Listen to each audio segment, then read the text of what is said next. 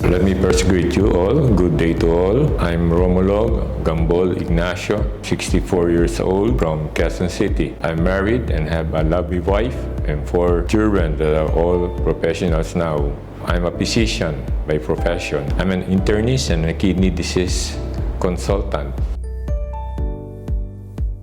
I graduated from medical school 1983. I graduated from fellowship in kidney diseases 1990. So as a consultant, it's about 22 years now that I'm a consultant. Lately, because of my diseases, which I will later expound further, I'm just on a twice a week consultant at a dialysis center. Before, I was even going out of town to the province of Pampanga, Angeles City. But now I cannot do it anymore, especially during the pandemic year. So now I'm just on twice a week.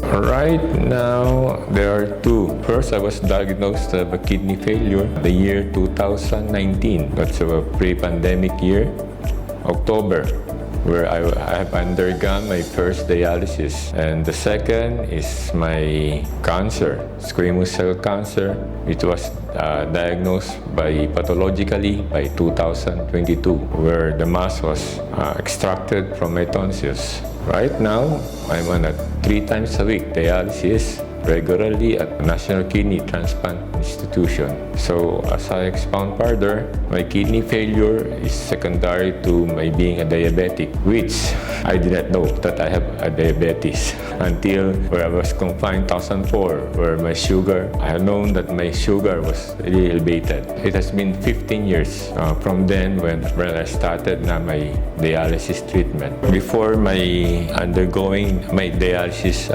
treatment, I was kind of weak.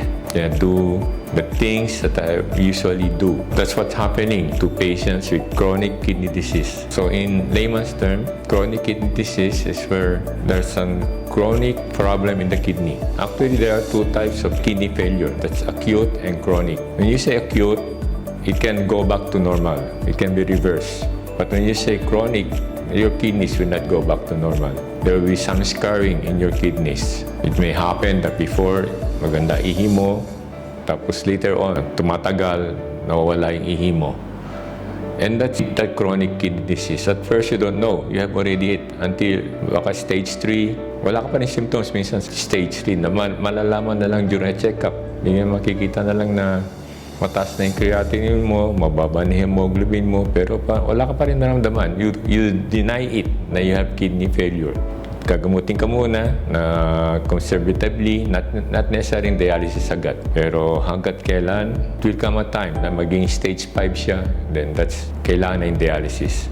Stage 5 meaning about 5% to 10% na lang ang function ng kidney mo. Ang kidney natin, ang pinaka-function niyan is a filter. Nililinis niya lahat ang byproducts na mga kinakain natin, yung mga dumi. Nilalabas niya through the urine. Ang nangyayari sa kidney failure because the kidney is failing, hindi niya ito ma-filter. Hindi niya may labas lahat, may natitirang dumi sa katawan natin. And those mga metabolic waste na yon, yun na ang nakaka-apekto the whole body. Meaning, from your head, from the brain, to your feet. Ganyan, kalala. Even the organ systems, the heart, the liver, the blood system natin, they're affected by these waste products not being excreted by our kidneys. So, nga nangyayari, blood system, bumababa yung hemoglobin mo, naging anemic ka. Lumalaki ang heart mo, yung iba nagkakaroon ng liver failure, yung iba yung mga nerves, mga neuropathies. So, yun ang nangyayari sa isang pasyente na diagnose na may chronic kidney disease until magiging dependent na sa dialysis. When you undergo dialysis, usually lifetime. Pero some are lucky, meaning maski na nag-dialysis, factor na na-enhance pag-fail, pero minsan bumabalik uli, not necessarily normal. Bumabalik siya sa dating level na hindi mo na kailangan mag-dialysis. May mga ganung instance, pero very rare yun. Usually, when you started dialysis, tuloy-tuloy na yan. Until if you wanted to undergo kidney transplantation, doon lang pwede mag-normal ang iyong kidney, ang tinatawag na serum creatinine levels. Yun ang tinitingnan lagi ng blood chemistry na yon, na serum creatinine, yun ang pinaka-check, na ma-check na kung mataas, ay sign na nagki-kidney failure ka na. Weakness, hindi makatulog, hindi makakain, sometimes nauseated. That was the pre-dialysis symptoms ko noon. Hindi mapakali, buti lang, hindi ako nag-encephalopathy, natatawag o naapektuhan yung brain ko or nag-seizures ako, buti lang wala yon. Pero usually, those are the mga signs and symptoms na may kidney failure ka na. It depends ngayon yung swelling sa paa. So kung namamaga ang paa mo, kasi swelling sa paa, yan ang sign na sobra na yung tubig sa katawan mo. Usually, nangyari ito sa mga pasyenteng kumukonti na yung ihi nila, nagiging oliguric na tinatawag. Kaya pag uminom sila marami, ang nangyayari, bumababa yung tubig, namamanas yung paa mo. Hanggat paakyat na yan. No? Iba nga, lumalaki din ang tiyan, nagkakaroon ng tubig sa tiyan. At pinakamalala, pag napunta yung tubig na yun sa baga, mahirapan ka lang huminga. Kaya tawag na congestion. At first, hindi naman nangyari yun na nagmanas ang paa. May mamanas, pero wala. Balik-balik. No? Kasi pwede because of diabetes, kaya pwede kang magmanas eh. Pero lately na, kasi medyo kumunti na yung ihi ko, lumaki na yung malas ko, nandiyan na siya. Nawawala na lang pag nagda-dialysis ako. Kasi pag nagda-dialysis, yan ang nangyayari. Inihigop niya yung sobrang tubig sa katawan mo. Pero after dialysis, mapadami na naman yung ko, nandiyan naman siya. Kasi yan tinatawag na dependent edema naman. Kasi sa mga kagaya ko, lalo yung mga diabetic, yung mga capillaries, yung mga blood vessels, may tinatawag tayong albumin na nagpe-prevent na lumabas sa interstitial spaces yung fluid. Pero nangyayari, pag may kidney-failure ka, pati yung albumin mo, nagsisip out kasi sa iyan, kaya bumababa. Kaya lumalabas ngayon sa interstitial fluid, yan ang cause ng pagmamanas. Before August, may na-feel akong bukol dito sa may lower mandible ko, dito sa cervical area na tinatawag. Lumalaki siya, pero hindi ko pinapansin. Kasi ang reasoning ko, yung anak ko kasi, nagkaroon din siya ng bukol dito sa ilalim. Pero ang natration, merong salivary tract niya is barado. So, yun na lang inisip ko. Hindi ko na siya pinoblema talaga. Pero ang pinaka naging conscious na lang ako, yung uvula ko. So yung uvula, yung nasa, pag-open natin yung mouth, yung nakakahang na parang nasa gitna, parang napipil ko, parang wala siya sa gitna. parang nawala. No? Parang napupus. So early August, nag-consult na ako sa ENT friend ko, which is my classmate in medical school. And upon looking at it, nakita nga niya, may mass yun sa may tonsils ko, which was impinging on my tonsils and pushing the uvula. And there, sabi niya, I have to go on operation. So, nag-work up, and August 22, I was operated on. So, ang pinaka-symptom na naramdaman ko lang is parang madali akong madahak o masamid. Parang wala naman akong problema sa pagkain, pero yun lang, parang madali lang akong madahak. Tsaka minsan pag pinipili kong madahak, merong blood na lumalabas sa laway ko. Doon na pala galing yun. It was operated and the mass was checked, and it was squamous cell carcinoma of the tonsils. And upon looking at our books, it's having it's an aggressive type of carcinoma. So usually affected non mga lymph nodes. So yun yung bukol na nakapako sa right side ng neck ko, doon galing siya. So naging successful naman ang aking operation. 2-3 days, nakalabas na ako ng hospital. I was already taking then the Elixir. Even before the operation, sa kakulitan ng aking wife, kasi hindi ako masyadong believe sa mga ganyan supplements. Pero sa kakulitan niya, she gave me once a day of that capsule, Elixir. And upon operation, after the operation, in-increase niya. Siya yung aking naging doktor noon. Ginawa niya 3 times a day. Sabi niya, yun daw kailangan, 3 times a day. So sige, sunod lang ako. Walang mawala. Kasi napacheck muna rin kami sa aking oncologist, yung cancer specialist. And ang sabi niya, I have to go chemo and radiotherapy. Pag i-undergo ko yun, lalo ng radiotherapy, I have to be on an NGT or ilalagyan ng tube sa may aking stomach para doon ako makakain.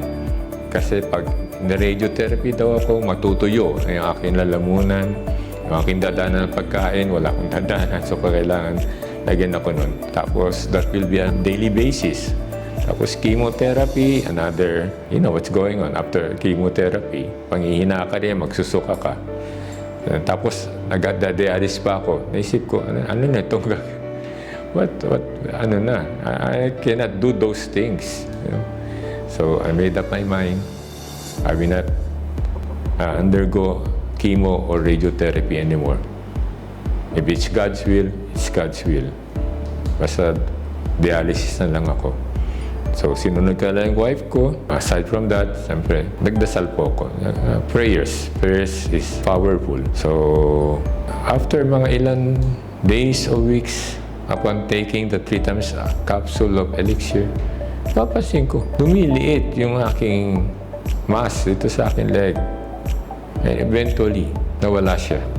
Without doing anything, kusa siyang nawala. And doon ako namangha sa power ng prayer and magagawa ng Elixir. Kaya since then, that was August 22, 2022, hindi na po ako napatigil. Minsan lang napatigil kasi wala na kami stock.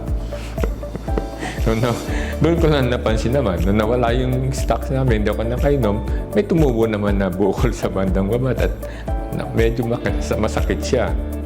Pero after taking it again, medyo nawala yung sakit. Tsaka ngayon nga, lately, medyo lumilit siya. So, Elixir has done me good.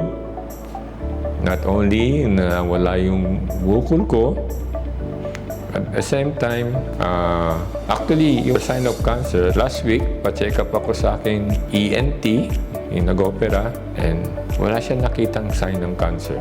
Ang sabi nga niya, na may experience siya na pagka-opera, after a week lang, na hindi nag-undergo ng bumabalik uli yung mass, yung tumor. Pero sa akin, all cleared up. Malinis. Though, yun nga lang, gusto niya work up pa yung medyo yung bukol, yung kulani. So, tingnan natin. Kung ano pa yung kasi gusto niya ako mag-laryngoscopy uli, gusto niya ako mag-MRI. Tingnan natin. Sabi ko, just take my Elixir regularly. Kasi hindi lang yun ang napansin ko. Medyo gumanda din yung pangatawan ko, may strength. Hindi ko masasabi 100% bumalik na yung strength ko. Madali pa rin akong mapagod in a way kasi affected na yung nerves ko. Being a diabetic and a kidney patient, maapektuhan talaga yung nerves, lalo sa mga legs ko.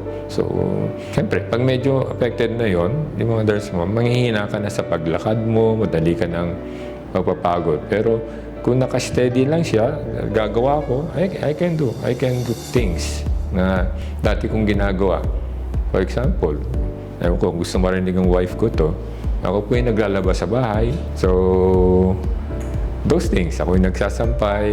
And again, I can do those things. Appetite ko, okay lang. Pero siyempre, I'm trying to control.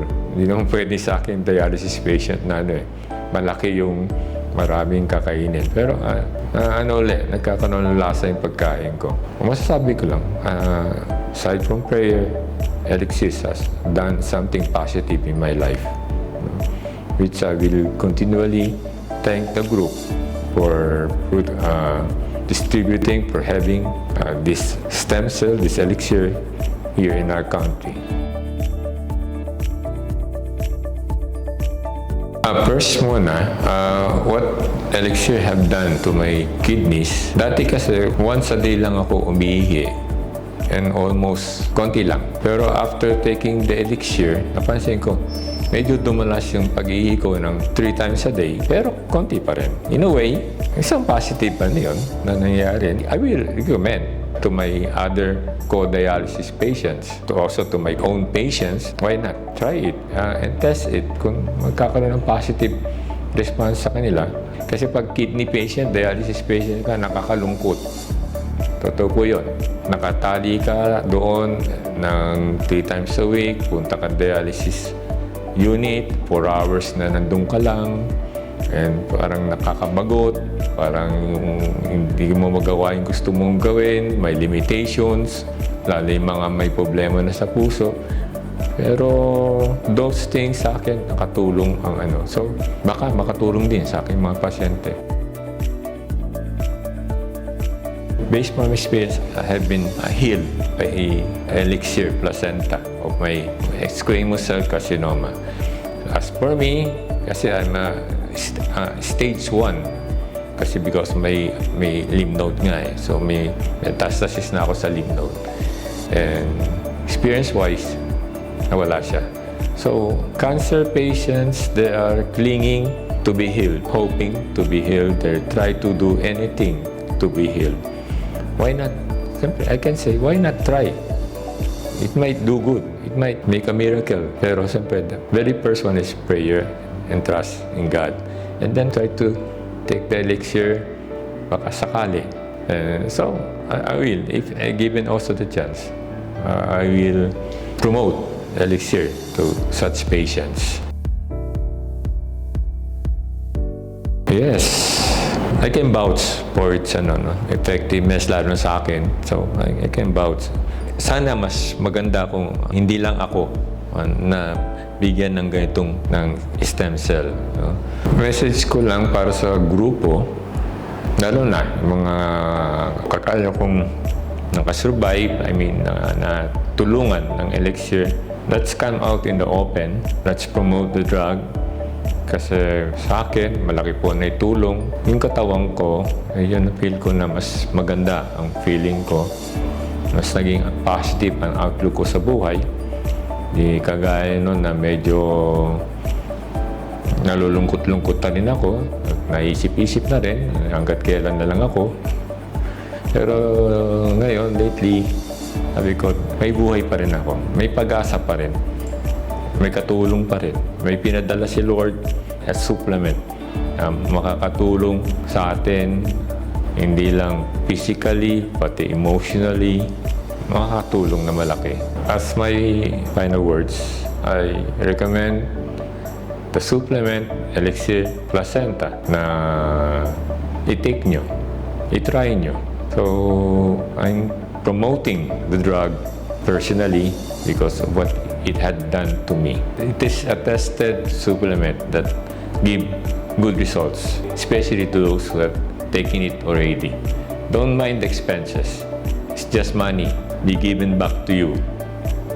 Be mind of what you feel. Be mind of what you can do after. This is my message to those na may mga malubhang sakit, kagaya ko, cancer, kidney disease, and the likes. If you're losing hope, don't lose hope. Binigay ni Lord sa atin ang Elixir Placenta in a way makatulong na not necessarily total healing para sa atin, kundi parang healing of our physical bodies, healing of our emotions, para hindi tayo ma-despair, hindi tayo lagi malungkot. Nakatulong sa akin na malaki ang Elixir.